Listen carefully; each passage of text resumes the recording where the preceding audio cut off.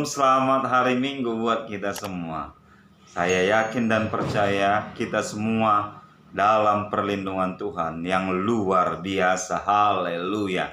Puji nama Tuhan, kita masih membahas seputar khotbah Yesus di bukit mengenai tema berbahagia. Dan kali ini kita membahas mengenai berbahagialah orang yang murah hatinya. Kita akan baca dulu ayatnya dalam Matius 5 ayat 7. Demikian firman Tuhan dalam terjemahan Lembaga Alkitab Indonesia. Berbahagialah orang yang murah hatinya, karena mereka akan beroleh kemurahan. Dalam terjemahan King James Version, Blessed are the merciful, for they shall obtain mercy. Dalam terjemahan bahasa Yunani, Makarioi hoi elemones hoti autoi eletesontai. Puji nama Tuhan. Itulah 3 terjemahan ayat dari Matius 5 ayat 7. Berbahagialah mereka yang murah hatinya, karena mereka akan beroleh kemurahan. Saudaraku yang dikasihi Tuhan, kata murah hati yang dipakai di sini adalah elemones, yang artinya adalah sebenarnya lebih kepada kemurahan yang menempatkan diri kita kepada situasi orang lain. Bagaimana mereka merasakan apa yang mereka alami. Menempatkan pikiran kita kepada pikiran orang lain ketika mereka mengalami sesuatu peristiwa atau masalah. Menempatkan diri kita kepada keadaan yang dialami mereka. Dengan kata lain, kita merasakan seperti mereka. Kita merasakan apa yang mereka alami. Kita merasakan apa yang sedang mereka derita. Jadi intinya adalah kita berempati, tidak hanya simpati, berempati dengan apa yang mereka sedang alami, apa yang sedang mereka rasakan. Dan murah hati itu sebenarnya lebih pas diterjemahkan kalau dari bahasa Yunani adalah berbelas kasihan. Timbul rasa belas kasihan. Dan belas kasihan itu muncul, timbul secara alami, tidak dibuat-buat, tidak artinya direkayasa, muncul begitu saja karena memang sudah tertanam, sudah menjadi sifatnya, sudah mendarah daging.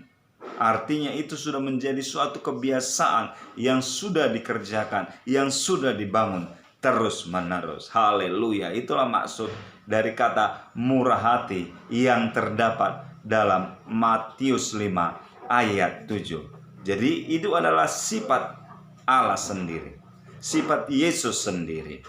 Bagaimana kita melihat Yesus gampang hatinya tergerak oleh kemurahan hati, oleh belas kasihan. Tak kala dia melihat orang banyak, waktu artinya dia selesai mengajar, karena hari sudah sore, hatinya tergerak oleh kemurahan hati, tergerak oleh belas kasihan. Dia berkata kepada murid-muridnya, mereka sudah seharian mengikuti aku, bersama-sama dengan aku, dan mereka tentu sudah lapar.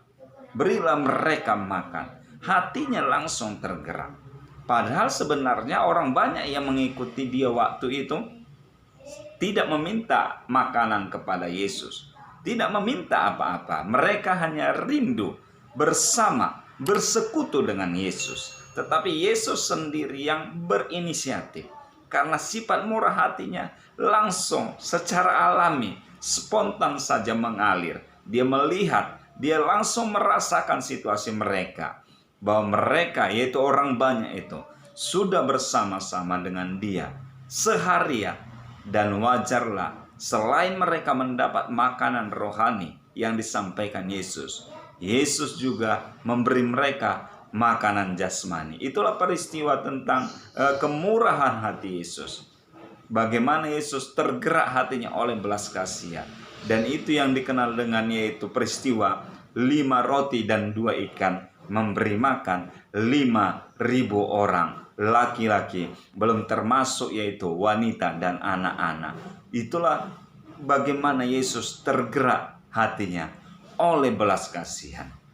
Tergerak hatinya dengan kemurahan hati melihat situasi orang banyak itu.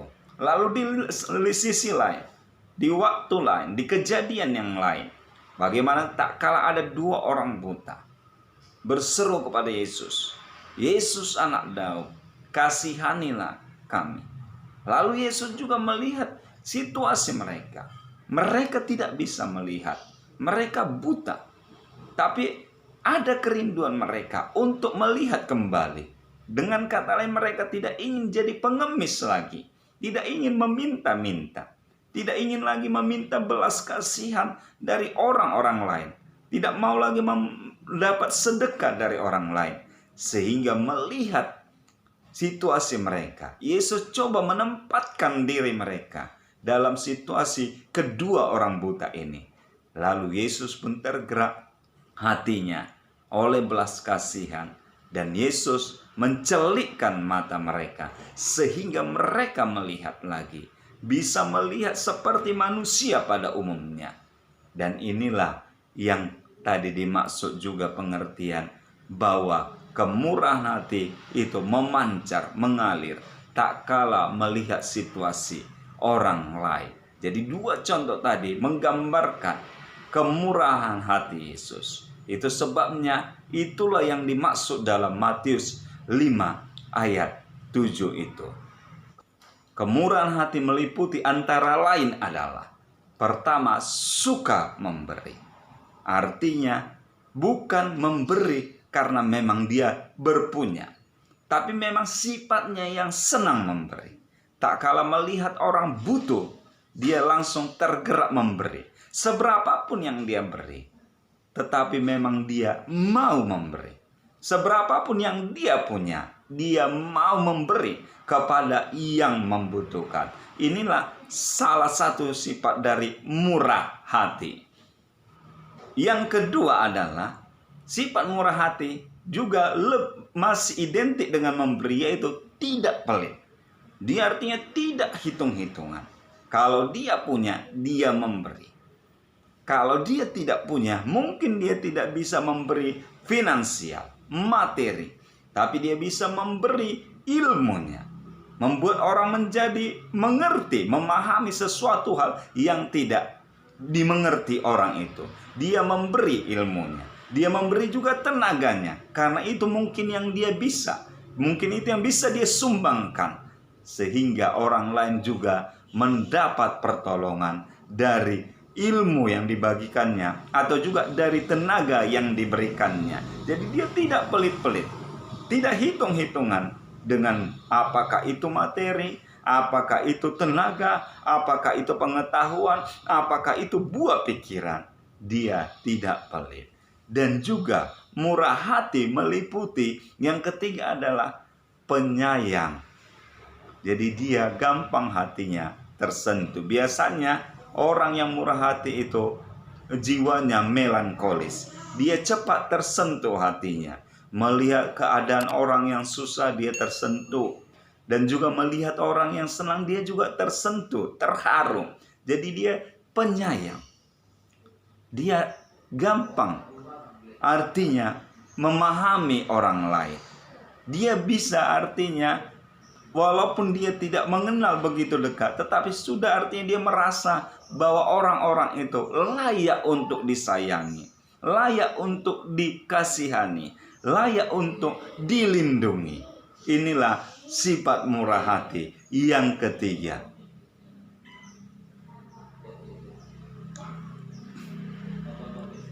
Yang keempat, orang murah hati itu juga meliputi biasanya dia suka menolong. Dia menolong tentu bukan supaya dia dibilang artinya orang baik, atau orang artinya untuk mendapat simpati atau pujian dari orang-orang lain. Dia memang sudah terbiasa saja. Sudah menjadi habitatnya menolong. tanpa perlu artinya digembar-gemborkan, tanpa perlu diumbar-umbar, tanpa perlu seperti misalnya orang-orang yang lagi mencalonkan diri sebagai anggota legislatif mesti disorot media, mesti dibuat di dalam sebuah video, mesti di dalam suatu acara yang disiarkan secara langsung. Tidak demikian. Dia menolong saja. Dia rindu. Dia secara langsung inisiatifnya mau menolong orang lain. Dan yang terakhir, murah hati itu meliputi tentu kebaikan. Tidak mungkin orang yang murah hati itu tidak baik. Itu tidak mungkin. Hanya orang-orang yang memiliki hati yang baik, yang murah hati. Karena dia tahu walaupun dia tidak mendapat respon positif, walaupun mungkin dia dicemooh karena perbuatan kemurahan hatinya, walaupun mungkin dia malah disalahkan, disudutkan karena dia bermurah hati, dia tidak peduli. Dia tidak berhenti melakukan kemurahan hatinya. Haleluya. Karena dia tahu selama dia bisa melakukan, dia akan terus melakukan kemurahan hati. Dia akan terus berbuat baik.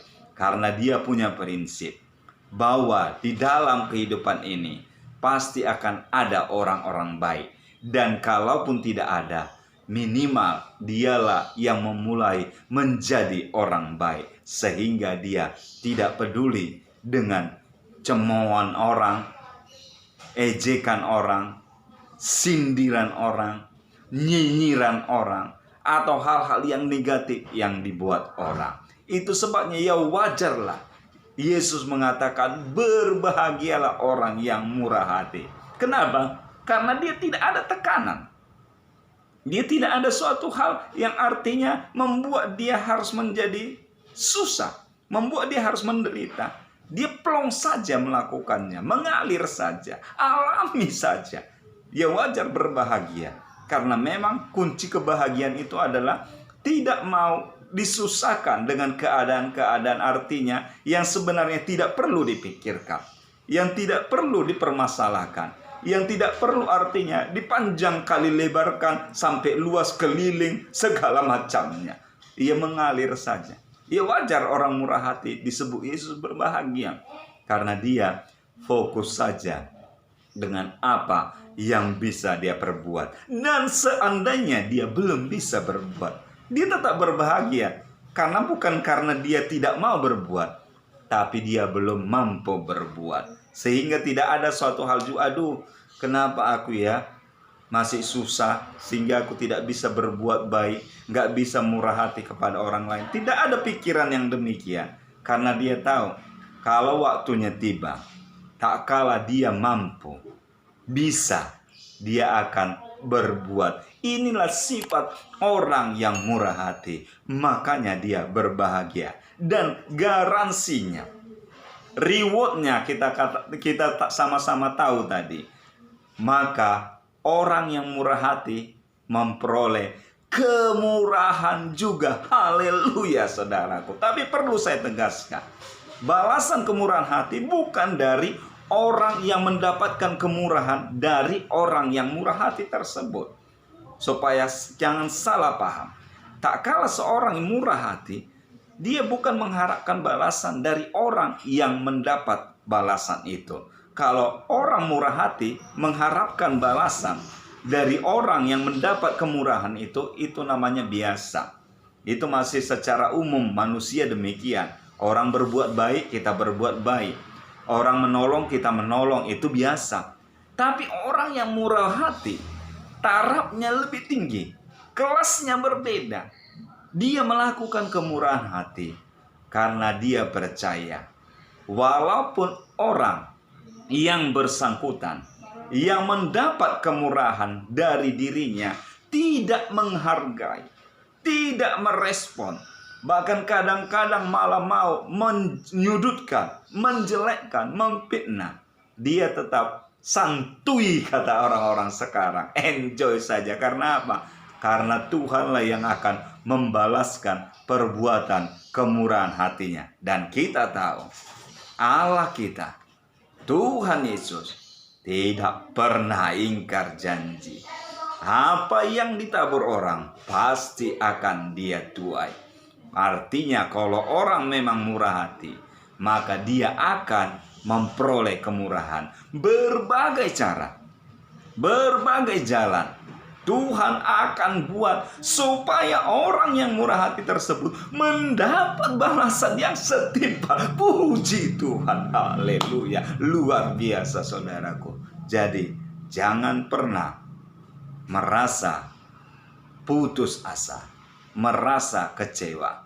Tak kalah kemurahan hati saudara merasa tidak dihargai atau merasa tidak diingat, yakinlah Allah yang ada di sorga, Bapa kita, melihat bahkan dari kedalaman hati. Dia lihat. Jadi teruslah selama kita bisa, bermurah hatilah kepada semua orang. Tidak ada batasan, tidak ada pengecualian. Selama itu makhluk Tuhan, kita usahakan bermurah hati. Karena Tuhan yang menjamin, Tuhan yang memberikan garansinya, mereka akan beroleh kemurahan. Memang mungkin tidak langsung secara spontan mendapat kemurahan hati, tetapi di dalam ayat itu memang dikatakan itu bersifat future pasif, artinya kepada waktu yang akan datang. Bisa saja bukan dalam waktu 1 tahun 2 tahun, bahkan ada dalam hidupnya dia tidak memperoleh kemurahan. Dia tidak mendapat balasan dari kemurahan yang dia buat, dari belas kasihan yang dia lakukan. Tetapi pada keturunannya, biasanya orang-orang yang murah hati, keturunannya selalu mendapat kemudahan dalam segala hal. Dan itu adalah fakta real. Jadi mungkin balasannya tidak cepat. Karena ayat yang dimaksud juga murah hati itu mendapat jawaban, mendapat kemurahan. Yang dipakai adalah waktunya adalah future pasif, yang berarti artinya kepada waktu yang akan datang. Intinya kemurahan hati tidak pernah salah. Kemurahan hati itu selalu mendapat respek dari siapapun. Terlebih mendapat pujian dan mendapat perkenanan dari Tuhan kita. Biarlah renungan ini menginspirasi kita. Selamat hari Minggu. Tuhan Yesus memberkati. Shalom.